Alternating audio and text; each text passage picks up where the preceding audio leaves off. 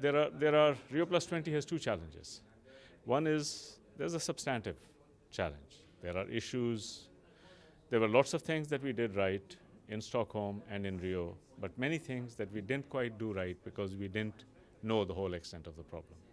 And therefore, there are things that we have to set into the right framework. And that includes, how do you create the right institutions, how do you pursue the different agendas together, et cetera, et cetera.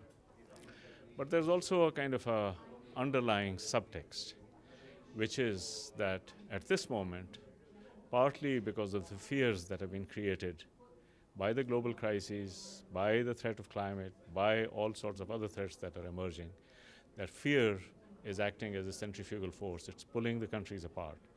And the powerful are actually abandoning the weak within countries and across the countries. And it's, in a sense, what the challenge for Rio is to find a way of speaking that brings them back together.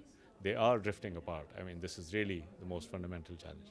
Now, how much progress we make in that kind of subtext is really going to determine in the long term how successful it will be. And it's very difficult to predict.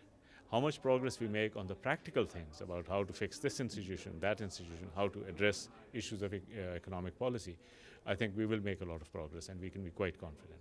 But there's a fundamental subtext there. And that really, as far as I'm concerned, that's a fundamental challenge for Rio Plus 20. And that I cannot say anything.